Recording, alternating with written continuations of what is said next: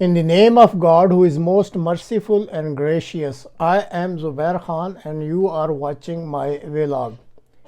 Crazy Biden is the topic for today's program.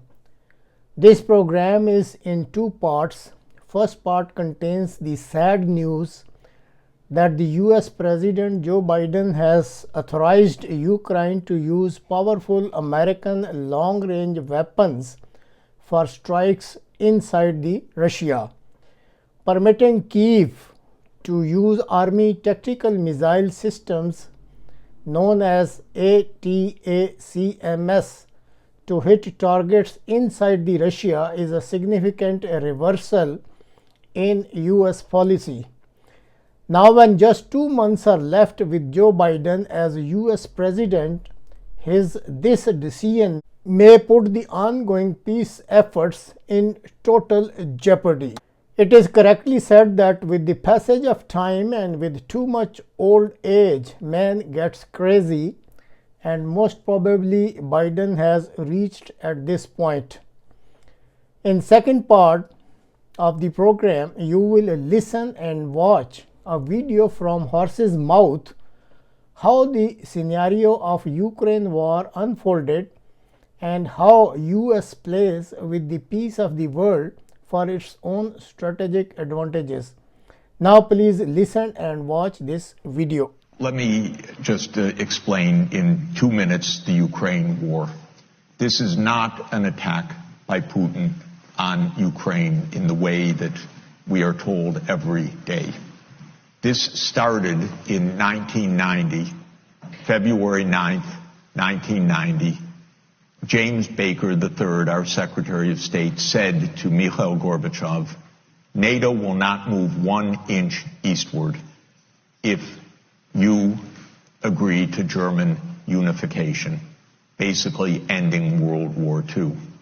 And Gorbachev said, that's very important. Yes, NATO doesn't move, and we agree to German unification. The U.S. then cheated on this, already starting in 1994, when Clinton signed off on basically a plan to expand NATO all the way to Ukraine. This is when the so-called neocons took power, and Clinton was the first agent of this. And the expansion of NATO started in 1999 with Poland, Hungary, and Czech Republic. At that point, Russia didn't much care. There was no border other than with the Königsberg, but other than that, there was no direct threat. Then the U.S. led the bombing of Serbia in 1999. That was bad, by the way, because that was a use of NATO to bomb a European capital, Belgrade, 78 straight days to break the country apart. The Russians didn't like that very much. But Putin became president, they swallowed it, they complained, but even Putin started out pro-European, pro-American, actually asked maybe we should join NATO when there was still the idea of some kind of mutually respectful relationship. Then 9/11 came, then came Afghanistan, and the Russians said, yeah, we'll support you, we understand, to root out terror. But then came 2 other decisive actions. In 2002, the United States unilaterally walked out of the anti-ballistic missile treaty. This was probably the most decisive event, never discussed in this context.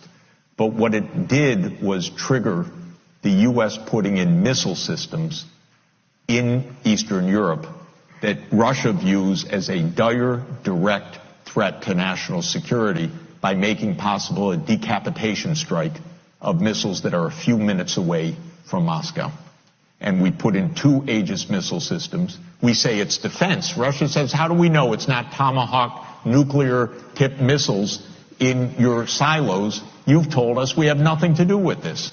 And so we walked out of the ABM treaty unilaterally in 2002. And then in 2003, we invaded Iraq on completely phony pretenses, as I've explained. In 2004-05, we engaged in a soft regime change operation in Ukraine the so-called first color revolution. It put in office somebody that I knew and I was friends with, and am kind of distantly friends with President Yushchenko, because I was an advisor to the Ukrainian government in 1993, 94, 95. And then the U.S. had its dirty hands in this. It should not meddle in other countries' elections. But in 2009, Yanukovych won the election, and he became president, and in 2010 on the basis of neutrality for Ukraine. That calmed things down because the U.S. was pushing NATO, but the people of Ukraine on the opinion polls didn't even want to be in NATO. They knew that the country is divided between ethnic Ukrainian, ethnic Russian. What do we want with this? We want to stay away from your problems. So in February 22nd, 2014, the United States participated actively in the overthrow of Yanukovych. A typical U.S. regime change operation. Have no doubt about it. And the Russians did us a favor. They intercepted a really ugly call between Victoria Nuland, my colleague at Columbia University now. And if you know her name and what she's done, have sympathy for me. Really. Between her and the U.S. ambassador to Ukraine, Jeffrey Piot, who's a senior State Department official till today. And they talked about regime change. They said, who's going to be the next government? Why don't we pick this one? No, Klitschko shouldn't go in. It should be Yatsenyuk. Yes, it was Yatsenyuk. And we'll get the big guy, Biden, to come in and do an attaboy, they say. You know, pat him on the back. It's great. So they made the new government.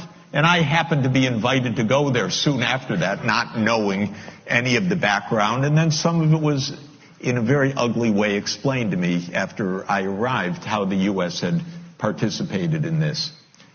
All of this is to say, the U.S. then said, okay, now NATO's really going to enlarge. And Putin kept saying, stop.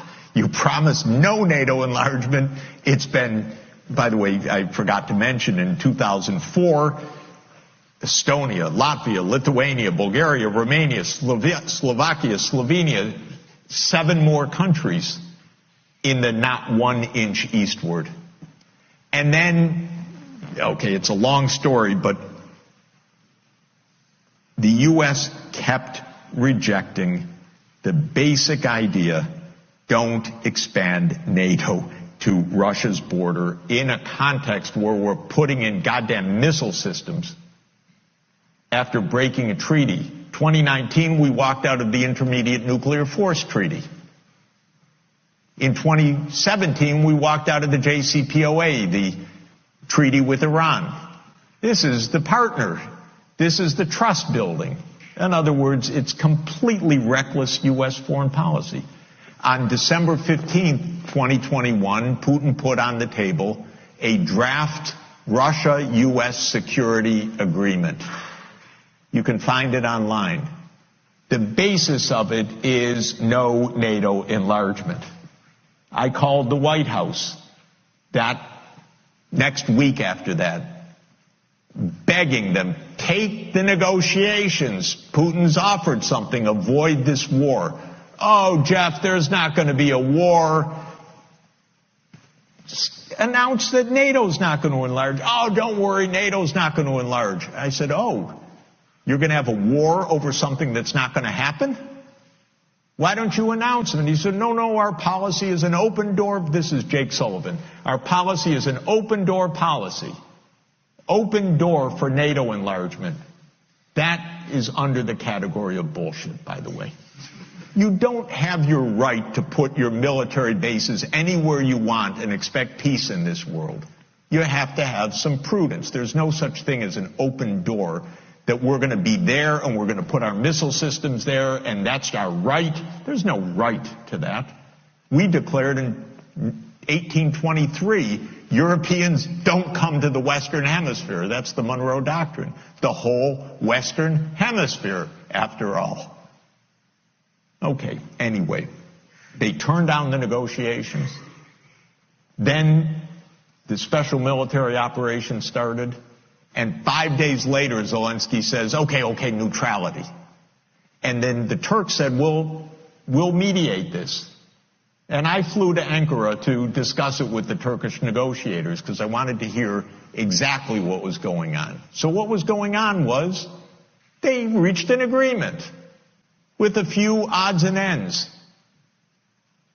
And then the United States and Britain said, no way. You guys fight on. We got your back. We don't have your front. You're all going to die. But we got your back as we kept pushing them into the front lines. That's 600,000 deaths now of Ukrainians since Boris Johnson flew to Kyiv to tell them to be brave. Absolutely ghastly. So when you think about your question, we have to understand we're not dealing with, as we're told every day, with this madman like Hitler coming at us and violating this and violating that, and he's going to take over Europe.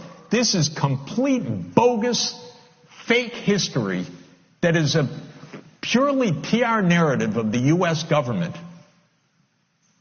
And it doesn't stand up at all to anyone that knows anything. And if you try to say a word of this, I got completely cut out of the New York Times back in 2022 after writing my whole life columns for them. I'd send this, okay.